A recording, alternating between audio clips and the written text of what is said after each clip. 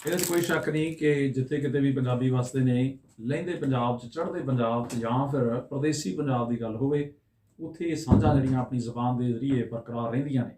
ਸੋ ਜਿਵੇਂ ਮੈਂ ਰੇਡੀਓ 'ਤੇ ਗੱਲ ਕਰ ਰਿਹਾ ਸੀ ਕਿ ਸਾਡੇ ਕੋਲ ਅੱਜ ਇੱਕ ਨੌਜਵਾਨ ਪਹੁੰਚਾ, ਬਹੁਤ ਉਦਮੀ ਨੌਜਵਾਨ ਹੈ, 3-4 ਭਾਸ਼ਾਵਾਂ ਬੋਲ ਲੈਂਦਾ, ਤੇ ਉਹਦਾ ਨਾਮ ਵਿਸ਼ਾਲ ਰਿਸ਼ੀ ਹੈ।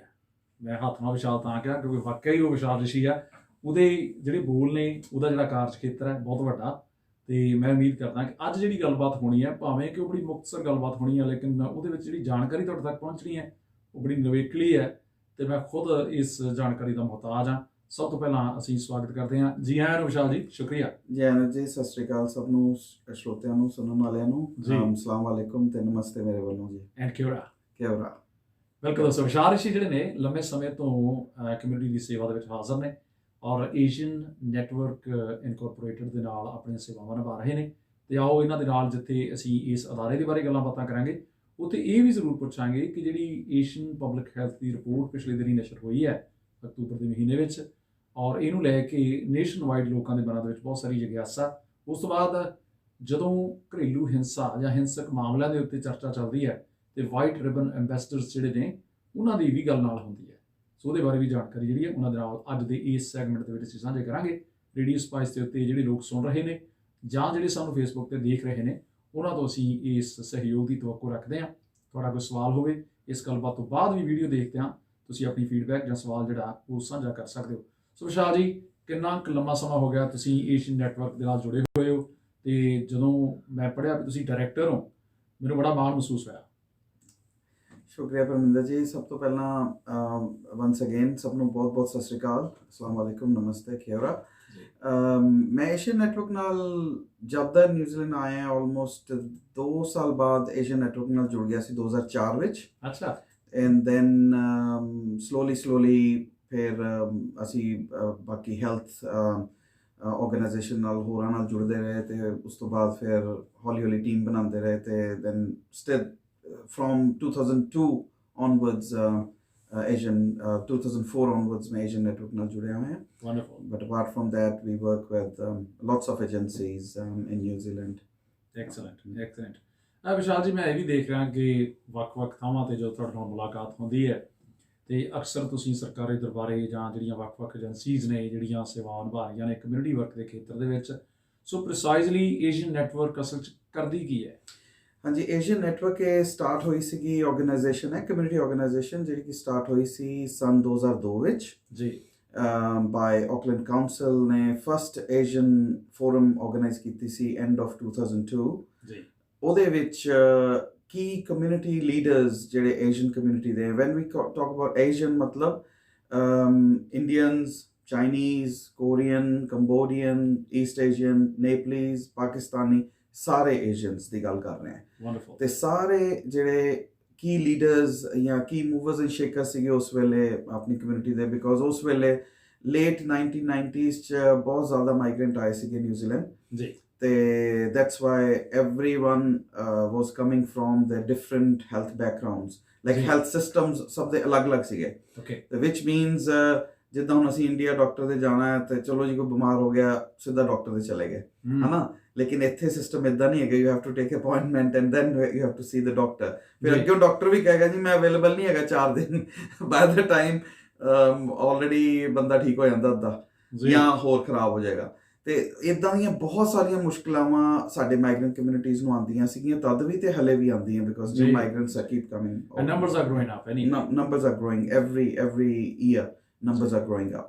ਤੇ ਬਿਕੋਜ਼ ਆਫ ਦੋਜ਼ ਚੈਲੰਜਸ ਆ ਆਰਗੇਨਾਈਜੇਸ਼ਨ ਸੈਟਅਪ ਹੋਈ ਸੀ to act as a bridge, ਇੱਕ ਤਰ੍ਹਾਂ ਦਾ ਪੁਲ ਬਣਾਉਣ ਲਈ ਕਿ ਕਮਿਊਨਿਟੀ ਨੂੰ ਨਹੀਂ ਪਤਾ ਕਿ ਇੱਥੇ ਕਿਹੜੀਆਂ ਸੁਵਿਧਾਵਾਂ ਅਵੇਲੇਬਲ ਹੈ, ਤੇ ਉਤੋਂ ਡਿਸਟ੍ਰਿਕਟ ਹੈਲਥ ਬੋਰਡ ਤੇ ਗਵਰਨਮੈਂਟ ਆਫੀਸ਼ੀਅਲਸ ਨੂੰ ਵੀ ਨਹੀਂ ਪਤਾ ਕਿ ਕਮਿਊਨਿਟੀ ਨੂੰ ਕਿੱਦਾਂ ਰੀਚ ਕੀਤਾ ਜਾ ਸਕਦਾ ਹੈ। ਤੇ that is the reason ਇਹ organisation was set up that time.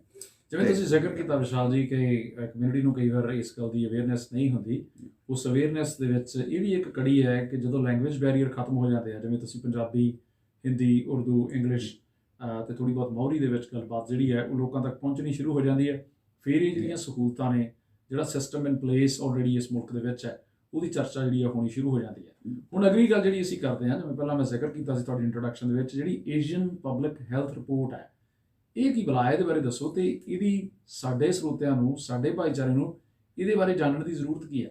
ਹਾਂਜੀ, ਬਹੁਤ ਅੱਛਾ question Parminder ji. First of all ਮੈਂ ਇਹ ਦੱਸਣਾ ਚਾਹੂੰਗਾ ਕਿ 2005 ਵਿੱਚ ਜੀ ਸਨ 2005 ਵਿੱਚ was the first national Asian health document release ਕੀਤਾ ਸੀਗਾ ਮਿਨਿਸਟਰੀ ਆਫ ਹੈਲਥ ਨੇ, ਜਿਹਦਾ ਨਾਮ ਸੀ Asian health chart book. Okay ਤੇ ਉਹਦੇ 'ਚ ਅਸੀਂ ਕੋ-ਹੋਸਟ ਸੀਗੇ। Asian network was one of the part of the launch. ਜੀ ਇਹ ਬੀਹਾਈਵ 'ਚ ਲਾਂਚ ਹੋਇਆ ਸੀ। ਅੱਛਾ ਆਫਟਰ ਦੈਟ ਏਸ਼ੀਅਨ ਹੈਲਥ ਉੱਤੇ ਕੋਈ ਨੈਸ਼ਨਲ ਡਾਕੂਮੈਂਟ ਰਿਲੀਜ਼ ਨਹੀਂ ਹੋਇਆ। ਅੱਛਾ ਜੀ This is the next document which has been just released. ਜੀ ਤੇ ਇਸ ਕਰਕੇ ਇਹ ਰਿਪੋਰਟ ਸਾਡੇ ਲਈ ਬਹੁਤ ਜ਼ਿਆਦਾ ਮਹੱਤਤਾ ਰੱਖਦੀ, ਸਾਡੇ ਸਭ ਏਸ਼ੀਅਨਸ ਲਈ, ਇੰਡੀਅਨਸ ਲਈ, ਪਾਕਿਸਤਾਨੀ ਭੈਣ ਭਰਾਵਾਂ ਲਈ, ਨੇਪਲੀਜ਼ ਲਈ, ਸਭ ਦੇ ਲਈ ਇਹ ਬਹੁਤ ਜ਼ਿਆਦਾ ਮਹੱਤਤਾ ਰੱਖਦੀ ਹੈ। ਬਿਕੋਜ਼ ਜੀ ਜਿੰਨੇ ਵੀ ਹੈਲਥ ਇਸ਼ੂਜ਼ ਹਲੇ ਤੱਕ ਡਿਸਕਸ ਹੋਏ ਹੈ ਰੀਜਨਲ ਲੈਵਲ ਤੇ ਜਾਂ ਨੈਸ਼ਨਲ ਲੈਵਲ ਤੇ, ਹਾਂਜੀ ਉਹਨਾਂ ਦਾ ਇਸ 'ਚ ਵਿਆਖਿਆ ਕੀਤੀ ਗਈ ਹੈ। ਬਿਲਕੁਲ ਔਰ ਸਭ ਤੋਂ ਵੱਡੀ ਗੱਲ ਹੈ ਕਿ ਇਹ ਕੋਈ ਜਾਰਗਨ ਨਹੀਂ ਹੈਗਾ, ਸਿਰਫ 20-25 ਪੇਜਾਂ ਦੀ ਰਿਪੋਰਟ ਹੈ। It's not a big report, ਅੱਛਾ ਜੀ ਲੇਕਿਨ ਈਚ ਐਂਡ ਐਵਰੀ ਲਾਈਨ ਅਸੀਂ ਸਾਰੇ ਸਮਝ ਸਕਦੇ ਹਾਂ, ਅਸੀਂ ਰਿਲੇਟ ਕਰ ਸਕਦੇ ਹਾਂ, ਠੀਕ ਤੇ ਹੈ ਅਸੀਂ ਉਹਨੂੰ ਠੀਕ ਕਰਨ ਲਈ ਉਹਦੇ ਉੱਤੇ ਐਕਟ ਵੀ ਕਰ ਸਕਦੇ ਹਾਂ। ਤੇ ਦੈਟ ਇਜ਼ ਦ ਬਿਊਟੀ ਬਿਲਕੁਲ ਕਿ ਆਹ ਰਿਪੋਰਟ ਸਾਡੀ ਕਮਿਊਨਿਟੀਜ਼, ਆਰਗੇਨਾਈਜੇਸ਼ਨਸ ਜਾਂ community people can easily understand. ਬਿਲਕੁਲ ਸਹੀ ਬਿਲਕੁਲ ਸਹੀ ਤੇ ਫਸਟ ਆਫ ਆਲ ਮੈਂ ਇਹ ਦੱਸਾਂਗਾ ਕਿ when we talk about Asians, ਸਭ ਤੋਂ ਵੱਡਾ ਐਥਨਿਕ ਗਰੁੱਪ ਹੈਗਾ ਏਸ਼ੀਅਨਸ ਦਾ ਨਿਊਜ਼ੀਲੈਂਡ ਵਿੱਚ, ਹਾਂਜੀ ਜਿਹੜੇ ਕਿ from I think 15.1% of overall New Zealand population Asians ਹੈਗੀ ਹੈ। ਜੀ ਔਰ but in Auckland region I think it is more than 22%. amazing ਤੇ ਹਰ ਥਰਡ ਬੰਦਾ ਇੱਥੇ ਏਸ਼ੀਅਨ ਹੈਗਾ ਜੀ ਇਨ ਆਕਲੈਂਡ ਰੀਜਨ। ਬਹੁਤ ਤੇ ਉਹਨਾਂ ਵਿੱਚੋਂ ਏਸ਼ੀਅਨ ਵਿੱਚੋਂ ਚਾਈਨੀਜ਼ ਸਾਡੇ ਥੋੜੇ ਜਿਹੇ ਜ਼ਿਆਦਾ ਹੈ, ਸਿਰਫ ਇੰਡੀਅਨਸ ਤੇ ਸਾਊਥ ਏਸ਼ੀਅਨਸ ਤੋਂ। ਜੀ otherwise the biggest group is Chinese, followed by Indians, then Koreans, then Filipinos. Okay good ਤੇ ਇਸ ਤੋਂ ਬਾਅਦ ਜਿਹੜੇ ਕਿ ਇਸ਼ੂਜ਼ ਹੈਗੇ ਆ ਇਸ ਰਿਪੋਰਟ ਵਿੱਚ ਡਿਸਕਸ ਕੀਤੇ ਹੋਏ, ਉਹ ਜਦ ਅਸੀਂ ਕਲੱਬ ਕਰਦੇ ਹਾਂ ਓਵਰਆਲ ਏਸ਼ੀਅਨ ਪੋਪੂਲੇਸ਼ਨ ਨੂੰ, ਹਾਂਜੀ ਤੇ ਉਹ ਜਿਹੜੇ ਕੀ ਇਸ਼ੂਜ਼ ਹਨ ਉਹ ਐਵਰੇਜ ਆਊਟ ਹੋ ਜਾਂਦੇ ਆ। ਐਵਰੇਜ ਅੱਛਾ। ਆਊਟ ਦਾ ਮਤਲਬ ਇੱਦਾਂ ਹੁੰਦਾ ਕਿ ਫੋਰ ਐਗਜ਼ਾਮਪਲ ਸਾਡੀ ਇੰਡੀਅਨ ਕਮਿਊਨਿਟੀ ਵਿੱਚ ਡਾਇਬਟੀਜ਼, ਟਾਈਪ 2 ਡਾਇਬਟੀਜ਼, ਬਿਲਕੁਲ CVD, cardiovascular risk, cardiovascular disease, ਜੀ which is a heart disease, ਇਹ ਬਹੁਤ ਜ਼ਿਆਦਾ ਹੈਗੇ ਜੀ। ਹੈ, specially male in Indian communities. ਕੁਝ ਸਾਲ ਪਹਿਲਾਂ ਤੱਕ ਆਪਾਂ ਦੀ ਚਰਚਾ ਵੀ ਨਹੀਂ ਕਰਦੇ ਹੁੰਦੇ ਸੀ, ਬਿਲਕੁਲ ਸਾਨੂੰ ਨਹੀਂ। ਐਸਾ ਲੱਗਦਾ ਹੁੰਦਾ ਸੀ ਕਿ ਨਹੀਂ, ਸਾਡੇ ਜਿਹੜੇ ਪੈਸੀਫਿਕ ਆਈਲੈਂਡਰ ਭਰਾ ਭੈਣਾਂ ਆ, Yeah. ਸ਼ਾਇਦ ਉਹਨਾਂ ਦੇ ਕੋਲ ਜ਼ਿਆਦਾ ਇਹ ਜਿਹੜੀ ਚੀਜ਼ ਆ, ਇਹ ਜ਼ਿਆਦਾ ਜਿਹੜੀ ਭਾਰ ਪਾ ਰਹੀ ਹੈ ਹਾਂਜੀ। ਸਿਸਟਮ ਦੇ ਉੱਤੇ। ਲੇਕਿਨ ਹੁਣ ਜਦੋਂ ਤੁਸੀਂ ਦੇਖਦੇ ਆ ਤੇ ਉਹਦੇ ਵਿੱਚ Yeah. ਸਾਫ਼ ਪਤਾ ਲੱਗ ਰਿਹਾ ਕਿ ਕਿਤੇ ਨਾ ਕਿਤੇ ਜਿਹੜਾ ਸਾਡਾ ਏਸ਼ੀਅਨ ਭਾਈਚਾਰਾ, ਉਹਨੂੰ ਵੀ ਖਿਆਲ ਹਾਂਜੀ। ਰੱਖਣ ਦੀ ਲੋੜ ਹੈ। ਹਾਂਜੀ, ਤੇ ਜਿੱਦਾਂ ਤੁਸੀਂ ਪਰਮਿੰਦਰ ਜੀ ਹੁਣੇ ਕਿਹਾ ਕਿ ਹੁਣ ਇਹ ਚੀਜ਼ਾਂ ਸਾਹਮਣੇ ਆ ਰਹੀਆਂ, ਇਹ ਤੁਸੀਂ ਬਿਲਕੁਲ ਸਹੀ ਫੜੇ ਗੱਲ, ਬਿਕੋਜ਼ ਇਹਦਾ ਇੱਕ ਰੀਜ਼ਨ ਹੈ, ਇਹਦਾ ਸਾਇੰਟੀਫਿਕ ਰੀਜ਼ਨ ਹੈ। ਜੀ ਬਿਕੋਜ਼ ਜਦ ਅਸੀਂ ਸਾਰੇ ਮਾਈਗ੍ਰੈਂਟ ਇੱਥੇ ਆਏ ਸੀ ਬੇਬੀ ਲੇਟ 1990s ਜਾਂ ਅਰਲੀ 2000s 'ਚ ਜੀ ਜਾਂ ਉਸ ਤੋਂ ਪਹਿਲਾਂ, ਜੀ ਤੇ ਪਹਿਲੇ ਜਿਹੜੇ 7 ਤੋਂ 10 ਸਾਲ ਹੈਗੇ ਆ ਨਾ, ਉਹ ਕਹਿੰਦੇ ਆ healthy immigrant effect takes place there. ਮੈਂ ਤੁਹਾਨੂੰ ਬਹੁਤ ਸੰਖੇਪ ਚ ਦੱਸਦਾ ਹਾਂ ਹੁੰਦਾ ਕੀ ਹੈ। ਜੀ ਜਦ ਅਸੀਂ ਕੋਈ ਵੀ ਮਾਈਗ੍ਰੈਂਟ ਨਿਊਜ਼ੀਲੈਂਡ ਆਉਂਦਾ ਹੈ, ਉਹ ਸਕਰੀਨਡ ਹੁੰਦਾ ਹੈ ਆਲਰੇਡੀ। PR ਜਦ ਹੁੰਦੀ ਹੈ ਤੇ ਹੈਲਥ ਟੈਸਟ ਹੁੰਦੇ ਆ, which means they are healthier population among that particular population, right? Okay ਤਾਂ ਹੀ ਉਹਨਾਂ ਨੂੰ ਵੀਜ਼ਾਸ ਮਿਲਦੇ ਆ, ਡੈਫੀਨਿਟਲੀ ਠੀਕ ਹੈ। ਤੇ over the period of time ਜਦੋਂ ਇੱਥੇ ਕਲਚਰੇਟ ਹੁੰਦੇ ਆ, ਇੱਥੇ ਦੇ ਹਾਵ ਭਾਵ ਰਹਿਣ ਸਹਿਣ ਨੂੰ ਅਡੈਪਟ ਕਰਦੇ ਆ, ਜੀ ਐਟ ਦ ਸੇਮ ਟਾਈਮ ਅਸੀਂ ਆਪਣੀ ਪਿਛਲੀਆਂ ਚੀਜ਼ਾਂ ਜੋ ਅਸੀਂ ਖਾ ਪੀ ਰਹੇ ਹੁੰਦੇ ਉਹ ਵੀ ਨਹੀਂ ਛੱਡਦੇ, ਠੀਕ ਹੈ ਜੀ। ਤੇ ਪਲੱਸ ਬਹੁਤ ਹੀ ਆਰਾਮ ਦੀ ਜ਼ਿੰਦਗੀ ਹੋ ਜਾਂਦੀ ਹੈ ਜਦ ਅਸੀਂ ਇੱਥੇ ਆਉਂਦੇ ਆ। ਕਾਰਾਂ ਈਜ਼ੀਲੀ ਵਾਲਾ ਕੰਮ ਉਹ ਘਟ ਜਾਂਦਾ, ਲੇਕਿਨ ਦੇਸੀ ਘਿਓ ਦਾ ਚਮਚਾ ਹੁੰਦਾ ਹੀ ਪਾਈਦਾ। ਉਹ ਦੇਸੀ ਘਿਓ ਦਾ ਚਮਚਾ ਹੁੰਦਾ ਹੀ ਪਾਈਦਾ, ਈਜ਼ੀਲੀ ਐਕਸੈਸਿਬਲ ਹੈ। ਬਾਕੀ ਚੀਜ਼ਾਂ ਵੀ ਬਹੁਤ ਈਜ਼ੀਲੀ ਐਕਸੈਸਿਬਲ ਹੈ, like alcohol and wines and all that stuff. ਜੀ ਪਿਜ਼ਾਸ, ਚੀਜ਼, ਯੂ نو, ਤੁਸੀਂ ਬਿਲੀਵ ਨਹੀਂ ਕਰੋਗੇ, ਮੈਂ ਪਹਿਲਾ ਪੀਜ਼ਾ ਨਿਊਜ਼ੀਲੈਂਡ ਆ ਕੇ ਖਾਦਾ ਸੀ। ਇੰਡੀਆ 'ਚ ਕਦੀ ਪੀਜ਼ਾ ਖਾਇਆ ਹੀ ਨਹੀਂ, ਆਪਾਂ ਓਲਡ ਸਕੂਲ ਆ, ਰਾਈਟ। ਤੇ ਉਹੀ ਗੱਲ ਹੈ ਕਿ ਹੁਣ ਹਫਤੇ 'ਚ ਇੱਕ ਵਾਰ ਪੀਜ਼ਾ ਨਾ ਆਏ ਤੇ ਭਾਈ ਸਾਹਿਬ ਗੱਲ ਨਹੀਂ ਹੁੰਦੀ ਘਰ, ਬਿਲਕੁਲ ਸਹੀ, ਠੀਕ ਹੈ ਜੀ। ਤੇ ਉਹ ਜਿਹੜੀ ਕਿਕ ਇਨ ਹੁੰਦੀ ਹੈ ਨਾ ਸਾਡੇ ਹੈਲਥ ਇਸ਼ੂਜ਼ ਦੀ ਜੀ। ਕੰਡੀਸ਼ਨ, ਹੈਲਥ ਕੰਡੀਸ਼ਨ ਜਦ ਖਰਾਬ ਹੋਣੀ ਸ਼ੁਰੂ ਹੁੰਦੀ 7 to 10 years ਲੱਗ ਜਾਂਦੇ ਆ। ਜੀ ਬਾਈ ਦਾ ਟਾਈਮ ਵੀ ਰਿਅਲਾਈਜ਼ ਜੀ ਕਿ ਆ ਹੁਣ ਸਾਨੂੰ ਇਹ ਕੀ ਹੋ ਰਿਹਾ, ਕੋਲੇਸਟ੍ਰੋਲ ਵੱਧ ਗਿਆ, ਡਾਇਬੀਟੀਜ਼ ਹੋ ਰਹੀ ਹੈ, ਥੋੜੀ ਜੀ ਜਲਨ ਹੋ ਰਹੀ, ਐਸਿਡ ਸ਼ੁਰੂ ਹੋ ਗਈ, ਤੇ ਜੀ ਉਸੇ ਕਰਕੇ ਹੁੰਦੀ ਹੈ because it takes time, 7 to 10 years the time ਲੱਗਦਾ ਹੈ ਜੀ ਜਦ ਕਿ ਤੁਹਾਡੀ ਬੋਡੀ ਜਵਾਬ ਦੇ ਜਾਂਦੀ ਹੈ। ਜੀ ਦੈਟਸ ਵਾਈ ਆ ਸਾਰੇ ਹੁਣ ਕੰਡੀਸ਼ਨਸ ਬਹੁਤ ਪੋਪੂਲੇਸ਼ਨ ਦੀਆਂ ਸਾਹਮਣੇ ਆ ਰਹੀਆਂ, ਮਾਈਗ੍ਰੈਂਟ ਪੋਪੂਲੇਸ਼ਨ। ਸੋ ਇਹ ਰਿਪੋਰਟ ਇਸ ਕਰਕੇ ਵੀ ਜ਼ਰੂਰੀ ਹੈ। ਇਸੇ ਕਰਕੇ ਜ਼ਰੂਰੀ ਹੈ, ਤੇ ਜਦ ਅਸੀਂ ਕਲੱਬ ਕਰਦੇ ਹਾਂ ਸਾਰੀ ਏਸ਼ੀਅਨ ਪੋਪੂਲੇਸ਼ਨ ਨੂੰ ਤੇ ਐਵਰੇਜ ਆਊਟ ਹੋ ਜਾਂਦਾ ਹੈ, ਬਿਕੋਜ਼ ਚਾਈਨੀਜ਼ ਕਮਿਊਨਿਟੀ ਦੇ ਇਸ਼ੂਜ਼ ਸਮਥਿੰਗ ਅਲੱਗ ਹੋ ਸਕਦੇ ਹੈ, ਲੇਕਿਨ ਉਹਨਾਂ ਦੀ CVD ਨਹੀਂ ਹੋਏਗੀ ਪ੍ਰੋਬੇਬਲੀ, ਉਹਨਾਂ ਦਾ ਕੋਈ ਮੈਂਟਲ ਹੈਲਥ ਇਸ਼ੂ ਮੋਰ ਹੈਗਾ। ਲੇਕਿਨ ਜਦੋਂ ਐਵਰੇਜ ਆਊਟ ਹੋ ਜਾਏਗਾ ਤੇ ਜੀ। ਓਵਰਆਲ ਕੀ ਲੱਗੇਗਾ, ਜਦ ਅਸੀਂ ਕੰਪੇਅਰ ਕਰਾਂਗੇ ਓਵਰਆਲ ਨਿਊਜ਼ੀਲੈਂਡ ਪੋਪੂਲੇਸ਼ਨ ਨਾਲ, ਤੇ ਉਹ ਲੱਗੇਗਾ ਕਿ ਉਹ ਏਸ਼ੀਅਨਸ ਆਰ ਪ੍ਰੈਟੀ ਹੈਲਦੀਅਰ ਪੋਪੂਲੇਸ਼ਨ, ਤੇ ਲੇਕਿਨ ਦੈਟ ਇਜ਼ ਨਾਟ ਟਰੂ। ਬਿਲਕੁਲ ਸਹੀ ਤੇ that's Y this report is important, ਕਿਉਂਕਿ ਇਹਦੇ ਵਿੱਚ ਅਸੀਂ ਡਿਸਟਿੰਗੁਇਸ਼ ਕੀਤਾ ਹੈ ਕਿ ਜੀ ਈਸਟ ਏਸ਼ੀਅਨ ਕਮਿਊਨਿਟੀਜ਼ 'ਚ ਕੀ ਇਸ਼ੂਜ਼ ਹੈਗੇ ਹੈ ਤੇ ਸਾਊਥ ਏਸ਼ੀਅਨ ਕਮਿਊਨਿਟੀ ਵਿੱਚ ਕੀ ਇਸ਼ੂਜ਼ ਹੈਗੇ ਹੈ। That is the Ki highlight of this report. ਤੇ ਮੈਂ ਤੁਹਾਨੂੰ ਕੁਇਕਲੀ ਵਿਦਆਊਟ ਫਰਦਰ ਅਡੂ ਮੈਂ ਦੋ ਕੀ ਥਿੰਗਸ ਦੱਸਾਂਗਾ ਜੀ ਜੇ ਕਿ ਸਾਊਥ ਏਸ਼ੀਅਨ ਪੋਪੂਲੇਸ਼ਨ ਸਾਡੀ ਇੰਡੀਅਨ ਪੋਪੂਲੇਸ਼ਨ ਲਈ ਬਹੁਤ ਜ਼ਰੂਰੀ ਹੈ, ਤੇ I think we must act now ਇਹਨਾਂ ਨੂੰ ਐਡਰੈਸ ਕਰਨ ਲਈ ਦੋ ਕੀ ਚੀਜ਼ਾਂ ਨੂੰ। One is type 2 diabetes, Diabetes, yes. and another is CVD, cardiovascular disease. ਜੀ Heart ਤੇ diabetes are the key main issues for ਸਾਡੀ ਆਪਣੀ South Asian community ਲਈ। ਤੇ ਜਿਹੜਾ mental health ਦਾ ਇਸ਼ੂ ਹੈ ਇਹਦੇ ਲਈ ਤਾਂ ਅਸੀਂ ਅਲੱਗ ਹੀ ਪ੍ਰੋਗਰਾਮ ਕਰਨਾ ਪਏਗਾ ਪਰਮਿੰਦਰ ਜੀ, ਬਿਕੋਜ਼ ਸਾਡੀ ਕਮਿਊਨਿਟੀ ਹਲੇ ਇੰਨਾ ਸਟਾਰਟ ਹੀ ਨਹੀਂ, ਅਸੀਂ ਗੱਲ ਹੀ ਨਹੀਂ ਕਰਨਾ ਸਟਾਰਟ ਹੋਏ ਹਲੇ ਇਸ ਬਾਰੇ। Cultural taboo on gambling, alcohol, smoking and mental health, ਇਹ ਚਾਰ ਚੀਜ਼ਾਂ ਤੇ ਬਹੁਤ ਜ਼ਿਆਦਾ ਹੈ। ਤੇ ਇਸੇ ਕਰਕੇ I think probably we are here today ਕਿ ਅਸੀਂ ਸਭ ਦੇ ਨਾਲ ਖੁੱਲ ਕੇ ਗੱਲ ਕਰ ਸਕੀਏ, ਘੱਟੋ ਘੱਟ ਇੰਟਰੋਡਿਊਸ ਕਰਾ ਸਕੀਏ ਕਿ ਆਹ ਮੁੱਦੇ ਆ ਜਿਨ੍ਹਾਂ ਦੇ ਉੱਤੇ ਇਨ ਫਿਊਚਰ ਆਪਾਂ ਚਰਚਾ ਜਿਹੜੀ ਆ ਉਹ ਜ਼ਰੂਰ ਆਪਣੇ ਸਰੋਤਿਆਂ ਸਾਹਮਣੇ ਹਾਜ਼ਰ ਕਰਾਂਗੇ। ਤੇ ਅਸੀਂ ਡਿਫਰੈਂਟ ਐਕਸਪਰਟਸ ਫਰਮ ਦਾ DHP, ਫਰਮ ਦਾ ਮਿਨਿਸਟਰੀ ਆਫ ਹੈਲਥ ਵੀ ਲਿਆਵਾਂਗੇ ਇਸ ਪ੍ਰੋਗਰਾਮ 'ਚ, ਜਿਹੜੇ ਕਿ ਇੱਕ ਪਾਰਟਿਕੂਲਰ ਇਸ਼ੂ ਨੂੰ ਲੈ ਕੇ ਹੀ ਗੱਲ ਕਰਨਗੇ ਤੇ how to deal with that issue, ਤੇ ਇਹ ਸਾਡੇ ਲਈ ਕਿੰਨਾ ਇੰਪੋਰਟੈਂਟ ਹੈ ਐਜ਼ ਅ ਕਮਿਊਨਿਟੀ। ਇੱਕ ਸਰਕਾਰ ਇੱਕ ਲੈਵਲ ਤੱਕ ਸਾਡੀ ਮਦਦ ਜਾਂ ਕੋਈ ਵੀ ਪ੍ਰੋਗਰਾਮ ਚਲਾ ਸਕਦੀ ਹੈ, but apart from that I think it's up to us as a community ਕਿ ਅਸੀਂ ਅੱਗੇ ਕੀ ਕਰ ਸਕਦੇ ਹਾਂ, ਤੇ that is more important for us to know. ਅੱਛਾ, ਇੱਕ ਸਵਾਲ ਸਾਰਿਆਂ ਦੇ ਮਨਾਂ ਦੇ ਵਿੱਚ ਆਉਂਦਾ ਵਿਸ਼ਾਲ ਰਿਸ਼ੀ ਜੀ, ਤੁਸੀਂ ਤਾਂ ਹੈਗੇ ਵੱਡੇ ਬੰਦੇ, ਤੁਹਾਡੇ ਕੋਲ ਤਾਂ ਇਹ ਰਿਪੋਰਟ ਜਿਹੜੀ ਆ ਉਹ ਸਕਰੀਨ ਦੇ ਉੱਤੇ ਵੀ ਆ, ਤੁਹਾਡੇ ਜ਼ਿਹਨ ਦੇ ਵਿੱਚ ਵੀ ਆ, ਤੁਸੀਂ ਫਟਾਫਟ ਦੱਸ ਦਿੱਤਾ।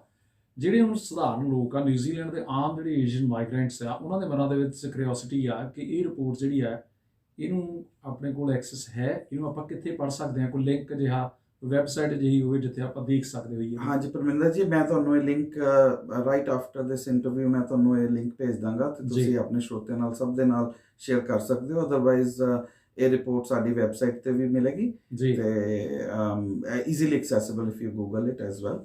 ਜਿਹੜੇ ਦੋਸਤਾਂ ਨੇ ਹੁਣੇ ਰੇਡੀਓ ਔਨ ਕੀਤਾ ਜਾਂ ਫੇਸਬੁੱਕ ਪੇਜ ਤੇ ਹੁਣੇ ਜੁੜੇ ਨੇ, ਉਹਨਾਂ ਨੂੰ ਮੈਂ ਜਾਣਕਾਰੀ ਦੇ ਦਿਆਂ ਕਿ ਏਸ਼ੀਅਨ ਪਬਲਿਕ ਹੈਲਥ ਰਿਪੋਰਟ ਜਿਹੜੀ ਹੈ ਪਿਛਲੇ ਦਿਨ ਉਹਦੇ ਵਿੱਚ ਬਹੁਤ ਮਹੱਤਵਪੂਰਨ ਯੋਗਦਾਨ ਰਿਹਾ ਐਜ਼ ਏ ਡਾਇਰੈਕਟਰ ਵਿਸ਼ਾਲ ਰਿਸ਼ੀ ਉਹਨਾਂ ਦਾ, ਜਿਹੜੇ ਕਿ ਦਾ ਏਸ਼ੀਅਨ ਨੈਟਵਰਕ ਇਨਕੋਰਪੋਰੇਟਡ ਦੇ ਨਾਲ ਆਪਣੀਆਂ ਸੇਵਾਵਾਂ ਲੰਮੇ ਸਮੇਂ ਤੋਂ ਨਿਭਾ ਰਹੇ ਨੇ।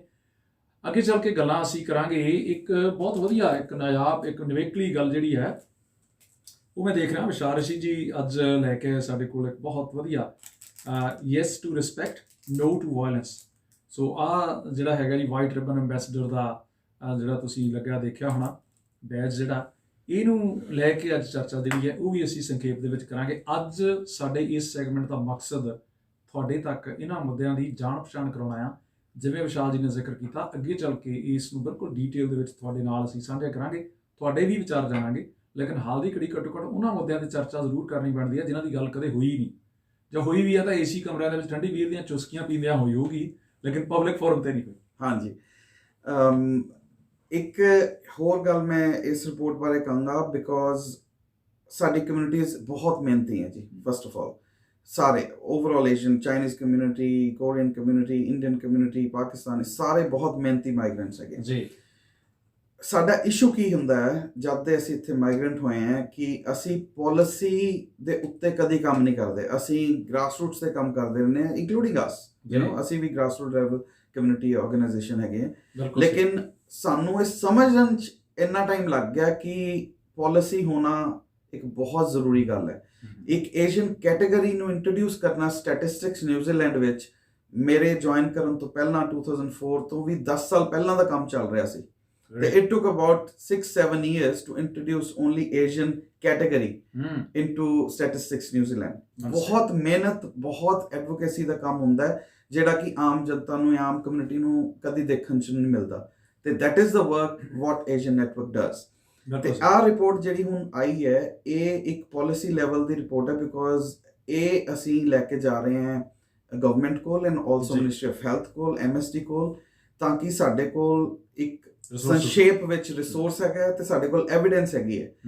ਹੁਣ ਅਸੀਂ ਇਹਨੂੰ ਐਡਵੋਕੇਟ ਕਰਾਂਗੇ ਕਿ ਅਨਲੈਸ ਐਂਡ ਅੰਟਿਲ ਇਹ ਕੋਈ ਫਰੇਮਵਰਕ ਚ ਕਨਵਰਟ ਨਹੀਂ ਹੋ ਸਕਦੀ ਜਾਂ ਜਦ ਤੱਕ ਕੋਈ ਸਟ੍ਰੈਟਜੀ ਨਹੀਂ ਬਣਦੀ national strategy I think after 10 years ਅਸੀਂ ਫਿਰ ਇਹ ਗੱਲਾਂ ਕਰ ਰਹੇ ਹੋਵਾਂਗੇ। ਬਿਲਕੁਲ ਰਾਈਟ ਤੇ that is why this is important ਕਿ 2005 ਤੋਂ ਬਾਅਦ ਕੋਈ ਉਸ ਤੋਂ ਬਾਅਦ ਕੋਈ ਅੱਗੇ ਗਵਰਨਮੈਂਟ ਲੈਵਲ ਤੇ ਚਰਚਾ ਨਹੀਂ ਹੋਈ ਲੇਕਿਨ thanks to this current government and all the other opposition as well national ਨੇ ਵੀ ਬਹੁਤ ਸਾਥ ਦਿੱਤਾ ਸੀਗਾ ਏਸ਼ੀਅਨ ਹੈਲਥ ਨੂੰ ਅੱਗੇ ਲਿਆਉਣ ਲਈ but I think now is the right time ਕਿ ਹੁਣ ਹਰ ਪਾਸਿਓਂ ਵਿਲ ਹੈਗੀ ਹੈ ਪੋਲੀਟੀਕਲ ਵਿਲ ਵੀ ਹੈ ਤੇ ਕਮਿਊਨਿਟੀ ਵਿਲ ਵੀ ਹੈਗੀ ਹੈ ਤੇ ਅਸੀਂ ਸਾਰੇ ਮਿਲ ਜੁਲ ਕੇ ਪੂਰੀ ਸਪੋਰਟ ਲੈ ਕੇ ਅਸੀਂ ਕੋਈ ਨੈਸ਼ਨਲ ਫਰੇਮਵਰਕ ਦੇ ਉੱਤੇ ਕੰਮ ਕਰ ਸਕਦੇ ਹਾਂ to address our Asian health issues ਜੀ। ਵੈਲ ਸੈਡ ਥੈਂਕ ਯੂ ਜੀ। ਤੇ ਗੱਲਾਂ ਚੱਲਦੀਆਂ ਸੀ ਵਾਈਟ ਰਿਬਨ ਐਂਬੈਸਡਰ ਹੋਣ ਦੀਆਂ। ਵਾਈਟ ਰਿਬਨ ਅਸਲ ਦੇ ਵਿੱਚ ਹੈ ਕੀ ਤੇ ਸਾਡੇ ਮੁਲਕ ਦੇ ਵਿੱਚ ਡੋਮੈਸਟਿਕ ਵਾਇਲੈਂਸ ਦੇ ਮਾਮਲੇ ਜਿਹੜੇ ਨੇ ਉਹ ਅਸਲ ਦੇ ਵਿੱਚ ਕਿੰਨੇ ਕੁ ਜ਼ਿਆਦਾ ਨੇ ਕਿੰਨਾ ਕੁ ਜ਼ਿਆਦਾ ਇਹਦੀ ਗੱਲ ਕਰਨ ਦੀ ਜ਼ਰੂਰਤ ਹੈ ਉਹ ਵੀ ਜ਼ਰੂਰ ਦੱਸੋ। ਪਰਮਿੰਦਰ ਜੀ ਬਹੁਤ ਸਾਰੇ ਐਸੇ ਇਸ਼ੂਜ਼ ਹੈਗੇ ਹੈ ਨਿਊਜ਼ੀਲੈਂਡ ਵਿੱਚ ਜਾਂ ਸਾਡੀ ਕਮਿਊਨਿਟੀ ਵਿੱਚ ਜਿਹੜੇ ਕਿ ਅਸੀਂ ਅੱਜ ਤੱਕ ਖੁੱਲ੍ਹ ਕੇ ਗੱਲ ਹੀ ਨਹੀਂ ਕਰ ਪਾਏ। ਸਿਹਤ ਵੱਲੋਂ ਵੀ ਬਹੁਤ ਹੈ ਤੇ ਪਲੱਸ ਸੋਸ਼ਲ ਟੈਬੂਜ਼ ਵੱਲੋਂ ਵੀ ਬਹੁਤ ਜ਼ਿਆਦਾ ਨੇ ਜੀ। ਤੇ white ribbon family violence family ਹਾਰਮ ਇੱਕ ਇਹੋ ਜਿਹਾ ਵਿਸ਼ਾ ਹੈ ਜਿਹੜਾ ਕਿ ਅਸੀਂ ਹਾਲੇ ਓਪਨਲੀ ਡਿਸਕਸ ਨਹੀਂ ਕਰਦੇ ਕਿਤੇ ਵੀ ਸੋਸ਼ਲ ਗੈਦਰਿੰਗ ਵਿੱਚ। ਇੱਕ ਬਹੁਤ ਨੋਰਮ ਬਣ ਗਿਆ ਹੈ। ਨੋਰਮ ਮਤਲਬ ਕਿਸੇ ਦਾ ਕਸੂਰ ਨਹੀਂ ਹੈ ਬਿਕੋਜ਼ ਜਿਹੜੇ ਵੀ ਸਾਡੇ ਭੈਣ ਭਰਾ ਇਹਦਾ ਸ਼ਿਕਾਰ ਹੁੰਦੇ ਹੈ ਜੇ ਫੈਮਲੀਜ਼ ਵਿੱਚ ਉਹ ਕਲਚਰ ਬਣ ਗਿਆ। ਉਹਨਾਂ ਨੂੰ ਪਤਾ ਹੀ ਨਹੀਂ ਹੈਗਾ ਕਿ ਇਹ ਚੀਜ਼ ਗਲਤ ਹੈਗੀ ਹੈ ਜਾਂ ਠੀਕ ਹੈਗੀ ਹੈ ਬਿਕੋਜ਼ ਉਹ ਇਸੇ ਤਰ੍ਹਾਂ ਦੇਖਿਆ ਉਹਨਾਂ ਨੇ ਉਹਨਾਂ ਨੇ ਵੱਡੇ ਉਹਨਾਂ ਦੇ ਘਰਾਂ 'ਚ ਸਭ ਕੁਝ ਇੱਦਾਂ ਹੀ ਦੇਖਿਆ ਤੇ ਨੋਰਮਲ ਚੀਜ਼ ਹੈ ਉਹਦੇ 'ਚ ਕੋਈ ਮਾੜੀ ਗੱਲ ਨਹੀਂ ਹੈਗੀ। ਲੇਕਿਨ ਜਿਹੜੇ ਕਿ ਅੱਜ ਕੱਲ੍ਹ ਦੇ ਬੱਚੇ ਹੈ ਜਾਂ ਕਿਸੇ ਦੇ ਮੈਂਟਲ ਵੈਲਬੀਂਗ ਤੇ ਉਹਦਾ ਕਿੰਨਾ ਅਸਰ ਪੈਂਦਾ ਹੈ ਜੀ that is very important for us all of us to know ਤੇ ਉਹਦਾ ਹੀ ਇੰਪੈਕਟ ਜਾ ਕੇ ਅੱਗੇ ਕਿੱਦਾਂ ਹੁੰਦਾ ਹੈ ਤੇ ਉਹ ਚੀਜ਼ਾਂ ਅੱਗੇ ਕਿੱਦਾਂ ਵੱਧਦੀਆਂ ਯੰਗਸਟਰਸ ਵਿੱਚ ਤੇ that is what I think ਸਾਨੂੰ ਸਭ ਨੂੰ ਸੋਚਣਾ ਚਾਹੀਦਾ ਹੈ। ਤੇ ਅੱਜ ਮੈਂ ਡੈਫੀਨੇਟਲੀ ਆ ਵਾਈਟ ਰਿਬਨ ਤੁਹਾਡੀ ਟੀਮ ਲਈ ਲਿਆਇਆ ਜੀ। Thank you. ਤੇ ਡੈਫੀਨੇਟਲੀ ਸਾਨੂੰ ਆਪਣੀ ਕਮਿਊਨਿਟੀ ਵਿੱਚ ਬਹੁਤ ਸਾਰੇ ਮੇਲ ਚੈਂਪੀਅਨਸ ਚਾਹੀਦੇ ਹੈ ਜਿਹੜੇ ਕਿ ਵਾਈਟ ਰਿਬਨ ਐਂਬੈਸਡਰਸ ਬਣਨ ਤੇ we will be more than happy to support. ਤੁਸੀਂ ਦੇਖ ਰਹੇ ਹੋ ਜਿਹੜਾ ਇਹਨਾਂ ਦੀ ਚੈਸਟ ਦੇ ਉੱਤੇ ਬੜੇ ਮਾਣਮੱਤੇ ਅੰਦਾਜ਼ ਦੇ ਵਿੱਚ ਸੱਜ ਰਿਹਾ ਇਹ ਅਸਲ ਦੇ ਵਿੱਚ ਇਸ ਗੱਲ ਦੀ ਗਵਾਹੀ ਭਰਦਾ ਹੈ ਕਿ ਇਹ ਜਿਹੜਾ ਵਿਅਕਤੀ ਜਿਹਨੇ ਇਹ ਬੈਜ ਪਹਿਨਿਆ ਹੋਇਆ ਉਹ ਹਮਾਇਤ ਕਰਦਾ ਇਸ ਕਾਜ਼ ਦੀ ਇਸ ਗੁੱਡ ਕਾਜ਼ ਦੀ। ਨਿਊਜ਼ੀਲੈਂਡ ਵਰਗੇ ਮੁਲਕ ਦੇ ਵਿੱਚ ਜਿਸ ਨੂੰ ਉੱਨਤ ਮੁਲਕਾਂ ਦੇ ਵਿੱਚ ਅਸੀਂ ਗਿਣਦੇ ਹਾਂ ਇੱਥੇ ਵੀ ਅੰਦਰ ਖਾਤੇ ਬਹੁਤ ਸਾਰੇ ਡੋਮੈਸਟਿਕ ਵਾਇਲੈਂਸ ਦੇ ਇਸ਼ੂਜ਼ ਨੇ ਜਿਨ੍ਹਾਂ ਦੇ ਬਾਰੇ ਪ੍ਰਚਾਰ ਤੇ ਪ੍ਰਸਾਰ ਹੋਣਾ ਲਾਜ਼ਮੀ ਹੈ। ਇਸ ਜਾਗਰੂਕਤਾ ਦੀ ਗਵਾਹੀ ਭਰਦਾ ਹੋਇਆ ਵਿਸ਼ਾਲ ਰਿਸ਼ੀ ਜਿਹੜਾ ਸਾਡੇ ਨਾਲ ਸਟੂਡੀਓ ਦੇ ਵਿੱਚ ਮੌਜੂਦ ਹੈ। ਰਿਸ਼ੀ ਜੀ ਅਸਲ ਦੇ ਵਿੱਚ ਜੇ ਅਸੀਂ ਪਾਰਟੀਕੂਲਰਲੀ ਪ੍ਰਸਾਈਜ਼ਲੀ ਆਪਣੀ ਕਮਿਊਨਿਟੀ ਦੀ ਹੀ ਗੱਲ ਕਰੀਏ ਸਾਊਥ ਏਸ਼ੀਅਨ ਕਮਿਊਨਿਟੀ ਦਾ ਘੇਰਾ ਕਾਫੀ ਵੱਡਾ ਆਪਾਂ ਜਾਣਦੇ ਹਾਂ। ਇਕੱਲੀ ਆਪਣੀ ਕਮਿਊਨਿਟੀ ਦੀ ਗੱਲ ਕਰੀਏ ਪੰਜਾਬੀ ਕਮਿਊਨਿਟੀ ਜਾਂ ਭਾਰਤੀ ਕਮਿਊਨਿਟੀ ਦੀ ਚਲੋ ਗੱਲ ਕਰ ਲਈਏ ਉਹਦੇ ਵਿੱਚ ਹਾਲਾਤ ਜਿਹੜੇ ਨੇ ਉਹਨਾਂ ਨੂੰ ਕਲਚਰਲੀ ਜੇ ਤੁਸੀਂ ਐਡਰੈਸ ਕਰਨਾ ਹੋਵੇ ਕਿਉਂਕਿ ਲੋਕੀ ਇਹ ਨਾ ਕਹਿਣ ਵਿਸ਼ਾਲ ਰਿਸ਼ੀ ਸਾਡੇ ਘਰ ਪੱਟਣ ਆ ਗਿਆ ਸੋ ਜਿਹੜੀ ਉਹ ਗੱਲ ਆ ਉਹਨੂੰ ਆਪਾਂ ਜੇ ਪੂਰੇ ਸਲੀਕੇ ਨਾਲ ਪੂਰੇ ਧਿਆਨ ਨਾਲ ਕਰਨਾ ਹੋਵੇ ਜਿਹੜੀ ਤੁਸੀਂ ਚਾਸ਼ਨੀ ਵਰਗੀ ਪੰਜਾਬੀ ਬੋਲਦੇ ਆ ਇਹਦੇ 'ਚ ਜੇ ਕਹਿਣਾ ਹੋਵੇ ਤਾਂ ਕਿੱਦਾਂ ਕਹੋਗੇ ਤੁਸੀਂ ਕਿੱਦਾਂ ਆਪਣੇ ਪਿਆਰਿਆਂ ਨੂੰ ਇਸ ਗੱਲ ਦੇ ਲਈ ਮੁਤਾਸਰ ਕਰੋਗੇ ਕਿ ਨਹੀਂ ਯਾਰ ਇਹ ਕੰਮ ਆਪਾਂ ਨਾ ਕਰੀਏ। ਹਾਂਜੀ ਦੇਖੋ ਜਿਵੇਂ ਅਸੀਂ ਹੁਣ ਇਕੱਠੇ ਬੈਠੇ ਖਾ ਪੀ ਰਹੇ ਹਾਂ ਕੋਵਿਡ ਤੋਂ ਪਹਿਲਾਂ ਜਦ 2-4 ਫੈਮਲੀਆਂ ਇਕੱਠੇ ਹੁੰਦੀਆਂ ਸੀ ਜੀ ਬੰਦੇ ਲੱਗ ਬਹਿ ਜਾਂਦੇ ਆ ਲੇਡੀਜ਼ ਲੱਗ ਬਹਿ ਜਾਂਦੀ ਬੱਚੇ ਉੱਤੇ ਅਲੱਗ ਆਪਣੇ ਗੈਜਟਸ ਨਾਲ ਖੇਲਦੇ ਆ। ਯੈਸ ਆਹ ਕਲਚਰ ਸਾਡਾ ਸੀਗਾ ਨਹੀਂ ਪਹਿਲਾਂ ਕਦੀ ਹੈ ਨਾ ਜੀ ਇੱਥੇ ਆ ਕੇ ਬਣ ਗਿਆ ਕਲਚਰੇਸ਼ਨ ਹੋ ਗਈ ਤੇ ਹੋਰ ਸੋਸ਼ਲ ਨੋਰਮਸ ਹੋ ਗਏ ਬਟ ਦੈਟਸ ਓਕੇ ਜੀ। ਲੇਕਿਨ ਜਦ ਕੋਈ ਅਸੀਂ ਉੱਦਾਂ ਦੀ ਗੈਦਰਿੰਗ 'ਚ ਵੀ ਕਿਸੇ ਨੂੰ ਕੋਈ ਫੈਮਿਲੀ ਮੈਂਬਰ ਨੂੰ ਐਡਰੈਸ ਗਲਤ ਤਰੀਕੇ ਨਾਲ ਕਰਦਾ ਹੈ ਤੇ ਅਸੀਂ ਉਹਨੂੰ ਉਸੇ ਵੇਲੇ ਨਹੀਂ ਟੋਕਦੇ ਤੇ ਪਲੱਸ ਅੱਗੇ ਦਾ ਮਾਹੌਲ ਨਹੀਂ ਪਤਾ ਹੁੰਦਾ ਸਾਨੂੰ ਅਸੀਂ ਕੀ ਸੋਚਦੇ ਹੈਗਾ। ਹਾਂ it's okay, it's okay because it's consequences normal, ਕਦੇ ਨਹੀਂ ਵਿਚਾਰਦੇ। ਕਦੀ ਨਹੀਂ ਵਿਚਾਰਦੇ। ਲੇਕਿਨ ਅਸੀਂ ਕਦੀ ਦੂਜੇ ਪੱਖ ਜਾ ਕੇ ਨਹੀਂ ਦੇਖਿਆ ਕਿ ਉਹ ਜਿੱਧਰ ਲੇਡੀਜ਼ ਸਾਰੀਆਂ ਬੈਠੀਆਂ ਨੇ ਤੇ ਮਾਵਾਂ ਭੈਣਾਂ ਸਾਡੀਆਂ ਜਿੱਥੇ ਬੈਠੀਆਂ ਉਹਨਾਂ ਦੇ ਵਿੱਚ ਕੀ ਗੱਲ ਹੋ ਰਹੀ ਹੈ ਉਸ ਟੌਪਿਕ ਬਾਰੇ ਤੇ ਉਹ ਉਸ ਬਿਹੇਵੀਅਰ ਬਾਰੇ, ਹਾਊ ਡੂ ਦੇ ਫੀਲ ਅਬਾਊਟ ਇਟ, ਹਨਾ। ਇਹ ਅਸੀਂ ਕਦੀ ਜਾਣਨ ਦੀ ਕੋਸ਼ਿਸ਼ ਨਹੀਂ ਕੀਤੀ। ਲੇਕਿਨ however with all due respect to ਸਾਰਿਆਂ ਨੂੰ ਭਰਾਵਾਂ ਨੂੰ ਮੇਰੀ ਦਿਲੋਂ ਖੁਆਇਸ਼ ਹੈਗੀ ਹੈ ਕਿ ਭੈਣਾਂ ਨੂੰ ਵੀ ਫੀਮੇਲ ਅਸੌਲਟਸ ਮੇਲ ਵੀ ਹੋ ਰਿਹਾ, ਮੇਲ ਬਹੁਤ ਘੱਟ ਹੈ Parminder ji, but still I think ਅੱਜ ਜੋ ਅਸੀਂ ਐਡਰੈਸ ਕਰਾਂਗੇ ਇਸ ਦੇ other way around fake complaints ਜਾਂ ਕੋਈ ਹੋਰ ਇਸ਼ੂ ਵੀ ਆ ਰਹੇ ਹਨ। ਹਾਂਜੀ ਉਹ ਵੀ ਆ ਰਹੇ ਹਨ, ਲੇਕਿਨ that's number is much lesser than the other side. ਤੇ ਆ ਜਿਹੜਾ ਕਿਤੇ ਵੀ ਅਬਿਊਜ਼ ਅਸੀਂ ਹੁੰਦੇ ਦੇਖੇ, ਕਹਿੰਦੇ ਹੈਲਦੀ ਮੈਸਕੁਲਿਨਿਟੀ। ਅਸੀਂ ਆਪਣੇ ਬੱਚਿਆਂ ਨੂੰ ਕੀ ਸਿਖਾ ਰਹੇ ਹਾਂ? ਅਸੀਂ ਆਪਣੇ ਬੱਚਿਆਂ ਨੂੰ ਸਿਖਾ ਰਹੇ ਹਾਂ ਉਹ ਸ਼ੇਰ ਬਣ, ਸ਼ੇਰ ਦਾ ਪੁੱਤ ਹੈ, ਸ਼ੇਰ ਬਣ, ਇਦਾਂ ਹੀ ਕਰੀਦਾ ਹੁੰਦਾ ਹੈ। ਤੇ ਮੁੰਡਾ ਕੀ ਦੇਖਦਾ? ਮੁੰਡਾ ਹਮੇਸ਼ਾ ਆਪਣੇ ਪਿਓ ਵੱਲ ਦੇਖਦਾ, ਪਿਓ ਦੀ ਪੱਗ ਵੱਲ ਦੇਖਦਾ ਕਿ ਹਾਂਜੀ ਆ ਮੇਰੇ ਡੈਡੀ ਆ ਕਰ ਰਿਹਾ, ਆ ਖਾ ਪੀ ਰਿਹਾ, ਇਦਾਂ ਮੇਰੀ ਮੰਮੀ ਨਾਲ ਗੱਲ ਕਰਦਾ ਹੈ, ਇਹ ਦੈਟਸ ਓਕੇ। ਉਹ ਬਿਹੇਵੀਅਰ ਉਹ ਆਪਣੇ ਵਿੱਚ ਅਨਇੰਟੈਂਸ਼ਨਲੀ ਪਾ ਰਿਹਾ ਆਲ ਦ ਟਾਈਮ, ਇਟਸ ਫੀਡਿੰਗ ਇਨ। ਕਈ ਵਾਰ ਤੁਸੀਂ ਦੇਖਿਓ ਨਾ, ਬੱਚਾ ਕਹਿੰਦੇ ਯਾਰ ਇਹ ਤਾਂ ਬੋਲਦਾ ਹੀ ਨਹੀਂ, 6 ਸਾਲ ਦਾ ਬੱਚਾ ਹੁੰਦਾ, ਇਹ ਤਾਂ ਸਾਰਾ ਕੁਝ ਉਹ ਬੋਲਦਾ ਜੋ ਅਸੀਂ ਬੋਲਦੇ ਸੀ। ਪਰ ਉਹਦੀ ਆਬਜ਼ਰਵੇਸ਼ਨ ਬੜੀ ਸਟਰੋਂਗ ਰਹੀ। ਉਹ 4 ਸਾਲ ਉਹ ਸਾਈਕਲ ਜਿਹੜਾ ਉਹ ਸਾਈਕਲ ਟੁੱਟਦਾ ਨਹੀਂ, ਉਹ ਸਾਈਕਲ ਹੋਰ ਵੀ ਜ਼ਿਆਦਾ ਐਗਰੈਸਿਵ ਹੋ ਜਾਂਦਾ। ਤੇ ਇਹ ਕੀ ਹੈ? ਐਸੀ ਵਿਸ਼ੀਅਸ ਸਾਈਕਲ ਵਿੱਚ ਸਾਡੀ ਕਮਿਊਨਿਟੀ ਹੋਰ ਜੰਜਾਲ 'ਚ ਫਸੀ ਜਾ ਰਹੀ ਹੈ। the more we are going to leave it, it's going to increase in the double pace, है ना? ਉਹ ਹੋਰ ਡਬਲ ਟ੍ਰਿਪਲ ਪੇਸ ਤੇ ਹੋ ਕੇ ਨੈਕਸਟ ਜਨਰੇਸ਼ਨ 'ਚ ਨਿਕਲ ਰਿਹਾ। ਤੇ ਫਿਰ ਉਹਦੇ 'ਚ ਮੈਂਟਲ ਵੈਲਬੀਇੰਗ ਦੇ ਮੈਂਟਲ ਇਸ਼ੂਜ਼ ਬਹੁਤ ਹੋ ਰਹੇ ਹਨ, ਫਰਸਟ੍ਰੇਸ਼ਨ ਦੇ ਇਸ਼ੂਜ਼ ਬਹੁਤ ਹੋ ਰਹੇ ਹਨ। ਪਲੱਸ ਇਹਦੇ ਨਾਲ ਡੀਲ ਕਰਨ ਦੇ ਬਹੁਤ ਅੱਛੇ ਤਰੀਕੇ ਤੇ ਟੂਲਸ ਹੈਗੇ ਆ। ਇਟਸ ਲੁੱਕ ਇਹ ਕਲਚਰ ਹੈ, ਹਨਾ। ਅਸੀਂ ਕਲਚਰ ਨੂੰ ਚੇਂਜ ਨਹੀਂ ਕਰ ਰਹੇ, ਅਸੀਂ ਉਹਦੇ ਵਿੱਚ ਫੁੱਲ ਪੱਤੀਆਂ ਹਾਰ ਲਿਆ ਰਹੇ ਹਾਂ ਤਾਂ ਕਿ ਉਹ ਇੱਕ ਬਿਊਟੀਫੁਲ ਹੋਰ ਅੱਛਾ ਕਲਚਰ ਤੇ ਹੋਰ ਰਿਚ ਕਲਚਰ ਹੋ ਜਾਵੇ। ਤੇ ਇਹਦੇ ਵਿੱਚ ਨਾ ਵਿਸ਼ਾਲ ਜੀ ਇੱਕ ਚੀਜ਼ ਹੋਰ ਵੀ ਆ, ਕਿਉਂਕਿ ਸਮਾਂ ਜਿਹੜਾ ਬੜਾ ਸੀਮਤ ਹੈ ਆਪਣੇ ਕੋਲ। ਸਾਡੇ ਨਾਲ ਆਮਰ ਭੱਟੀ ਸਾਹਿਬ ਜੁੜੇ ਨੇ, ਉਹ ਤਾਰੀਫ ਕਰ ਰਹੇ ਨੇ ਤੁਹਾਡੀ। ਨਵੀਦ ਹਮੀਦ ਸਾਹਿਬ ਜਿਹੜੇ ਸਾਡੇ ਲਹਿੰਦੇ ਪੰਜਾਬ ਦੇ ਬਹੁਤ ਖੂਬਸੂਰਤ ਸ਼ਖਸੀਅਤ। अस्सलाम वालेकुम नवीद भाई। जी अस्सलाम वालेकुम नवीद जी। ਤੇ ਉਹਨਾਂ ਨੇ ਕਹਿੰਦੇ ਕਿ we should be more good if it's showing subcontinent countries breakdown, but really appreciate Rashad Rishi and his team. Thank you for your hard work, keep it up. Thank you। So ਇਹ breakdown ਕਰਕੇ ਜੇ ਆਪਾਂ ਸਬਕੰਟੀਨੈਂਟ ਦੇ ਵਿੱਚ ਦੇਖਦੇ ਹਾਂ, ਸਾਡੇ ਜਿਹੜੇ ਪਾਕਿਸਤਾਨ ਦੇ ਭੈਣਾਂ ਭਰਾ ਨੇ ਜਾਂ ਨੇਪਾਲ ਦੇ ਜਾਂ ਸ਼੍ਰੀਲੰਕਾ ਦੇ, ਓਬਵੀਅਸਲੀ ਸਬਕੰਟੀਨੈਂਟ ਵਾਈਜ਼ ਜੇ ਉਹਨੂੰ ਬ੍ਰੇਕਡਾਊਨ ਕਰਕੇ ਦੇਖ ਸਕੀਏ ਹੈਗੇ, ਸੋ ਆਈ ਥਿੰਕ ਉਹ ਫਿਰ ਰਿਪੋਰਟ ਦੇ ਵਿੱਚ ਈਜ਼ੀ ਹੋ ਜਾਏਗਾ। ਤੇ ਇੱਕ ਜੇ ਹੋ ਸਕੇ ਉਹਨੂੰ ਪੰਜਾਬੀ ਤੇ ਹਿੰਦੀ ਦੇ ਵਿੱਚ ਵੀ ਜੇ ਆਪਾਂ ਨਸ਼ਰ ਕਰ ਸਕੀਏ, ਹੁਣ ਮੈਨੂੰ ਪਤਾ ਨਹੀਂ ਰਿਸੋਰਸਸ ਕੀ ਨੇ, very good, that will be really good. ਤਾਂ ਅਸੀਂ ਰੇਡੀਓ ਸਪਾਈਸ ਦੇ ਫੇਸਬੁੱਕ ਪੇਜ ਉੱਤੇ ਉਹ ਲਿੰਕ ਸਾਂਝਾ ਕਰ ਦਿਆਂਗੇ। ਜਿਵੇਂ ਕੈਨੇਡਾ, ਅਮਰੀਕਾ ਦੇ ਵਿੱਚ ਮੈਂ ਦੇਖਦਾ, ਕੈਲੀਫੋਰਨੀਆ ਦੇ ਵਿੱਚ ਜਾਂ ਇੰਗਲੈਂਡ ਦੇ ਵਿੱਚ ਦੇਖਦਾ, ਜਿਹੜੀਆਂ ਹੈਲਥ ਗਾਈਡਸ ਤੋਂ ਲੈ ਕੇ ਜਿੰਨੀਆਂ ਵੀ ਇਸ ਤਰ੍ਹਾਂ ਦੀਆਂ ਰਿਪੋਰਟਸ ਨੇ, ਉਹ ਵੱਖ-ਵੱਖ ਐਥਨਿਕ ਕਮਿਊਨਿਟੀਜ਼ ਦੀ ਜਿਹੜੀ ਮਾਂ ਬੋਲੀ ਆ ਉਹਦੇ ਵਿੱਚ ਪ੍ਰਦਰਸ਼ਿਤ ਹੁੰਦੀਆਂ। ਵੈਰੀ ਨਾਈਸ ਪਰਮਿੰਦਰ ਜੀ, ਮੈਨੂੰ ਬਹੁਤ ਅੱਛਾ ਆਈਡੀਆ ਲੱਗਿਆ। ਐਂਡ ਡੈਫੀਨੇਟਲੀ ਆਈ ਥਿੰਕ ਅੱਜ ਮੈਂ ਰੇਡੀਓ ਤੇ ਲਾਈਵ ਕਹਿਣਾ ਕਿ we will take this challenge and also the opportunity at the same time ਕਿ ਅਸੀਂ ਇਹਨੂੰ at least ਪੰਜਾਬੀ ਤੇ ਹਿੰਦੀ ਵਿੱਚ ਜ਼ਰੂਰ ਟ੍ਰਾਂਸਲੇਟ ਕਰਾਂਗੇ ਤੁਹਾਡੀ ਮਦਦ ਨਾਲ। ਆਫ ਕੋਰਸ ਵੱਖ-ਵੱਖ ਪਲੇਟਫਾਰਮਸ ਦੇ ਉੱਤੇ ਵੀ ਇਹਦੀ ਗੱਲ ਜਿਹੜੀ ਆ ਹੋਣੀ ਚਾਹੀਦੀ ਹੈ, ਜਿਵੇਂ ਅੱਜ ਹੋ ਰਹੀ ਹੈ। ਤੇ ਜਿਹੜੇ ਵੀ ਪਬਲਿਕ ਇਵੈਂਟਸ ਅਸੀਂ ਰੇਡੀਓ ਸਪਾਈਸ ਵੱਲੋਂ ਮੁਨੱਕਦ ਕਰਾਂਗੇ, ਇਹ ਸਾਡਾ ਪ੍ਰੋਮਿਸ ਰਿਹਾ, ਅਸੀਂ ਇਹਨਾਂ ਵਿਸ਼ਿਆਂ 'ਤੇ ਗੱਲ ਜ਼ਰੂਰ ਕਰਾਂਗੇ, ਕਿਉਂਕਿ ਅੱਗੇ ਚੱਲ ਕੇ ਪਰਿਵਾਰਾਂ ਦੇ ਵਿੱਚ ਇਹ ਜਿਹੜਾ ਇੱਕ ਧਾਰਨਾ ਜਾਂ ਪਰਸੈਪਸ਼ਨ ਬਣੀ ਹੋਈ ਹੈ, ਜਾਂ ਜਿਹੜਾ ਸਾਈਕਲ ਤੋੜਨ ਦੀ ਗੱਲ ਵਿਸ਼ਾਲ ਰਿਸ਼ੀ ਉਹਨਾਂ ਨੇ ਕੀਤੀ ਹੈ, ਸਾਨੂੰ ਉਹਦੇ 'ਤੇ ਕੰਮ ਕਰਨਾ ਪੈਣਾ। ਰਿਸ਼ੀ ਜੀ, ਤੁਸੀਂ ਜੰਗਲਾਂ ਦਾ ਵਾਸਾ ਛੱਡ ਕੇ ਆਮ ਆਦਮੀ ਨੂੰ ਨਿਹਾਲ ਕਰਨ ਦੇ ਲਈ ਖਾਸ ਤੌਰ 'ਤੇ ਸਟੂਡੀਓ 'ਚ ਆਏ, ਤੁਹਾਡਾ ਬਹੁਤ ਸ਼ੁਕਰੀਆ। ਤੁਹਾਡਾ ਬਹੁਤ ਸ਼ੁਕਰੀਆ। ਜਾਣ ਤੋਂ ਪਹਿਲਾਂ ਮੈਂ ਇੱਕ ਗੱਲ ਫੇਰ ਕਹੂੰਗਾ ਕਿ ਵਾਈਟ ਰਿਬਨ ਲਈ ਅਸੀਂ ਸਾਰੇ ਭਰਾਵਾਂ ਨੂੰ ਜੁੜਨ ਦੀ ਬਹੁਤ ਜ਼ਰੂਰਤ ਹੈ ਤੇ ਸਾਨੂੰ ਤੁਹਾਡੀ ਮਦਦ ਦੀ ਬਹੁਤ ਜ਼ਰੂਰਤ ਹੈ ਕਿ ਅਸੀਂ ਫਿਊਚਰ ਜਨਰੇਸ਼ਨ ਨੂੰ ਅੱਗੇ ਸੇਫ ਤੇ ਅੱਛੇ ਕਲਚਰ ਤੇ ਵਿਚਾਰ ਦੇ ਸਕੀਏ।